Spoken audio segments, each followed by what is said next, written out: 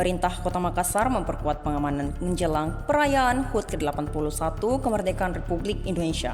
Hal tersebut dilakukan untuk memastikan berbagai kegiatan masyarakat, mulai dari pesta rakyat, perlombaan, hingga pertunjukan seni berlangsung aman dan kondusif.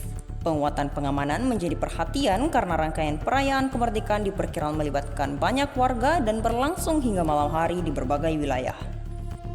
Potensi gangguan keamanan seperti kejahatan jalanan, tawuran geng motor, hingga penggunaan panah busur pun menjadi perhatian aparat. Untuk itu, Wali Kota Makassar, Munafri Arifuddin, meminta sinergi pemerintah, TNI, dan Polri diperkuat hingga tingkat kecamatan, kelurahan, dan lurah. Hal itu disampaikan saat rapat koordinasi Forum Komunikasi Pimpinan Daerah Forkopimda Makassar di Hotel Novotel Grand Shaila, Jalan Khairil Anwar, Kecamatan Ujung Pandang pada hari Kamis tanggal 13 Agustus 2026.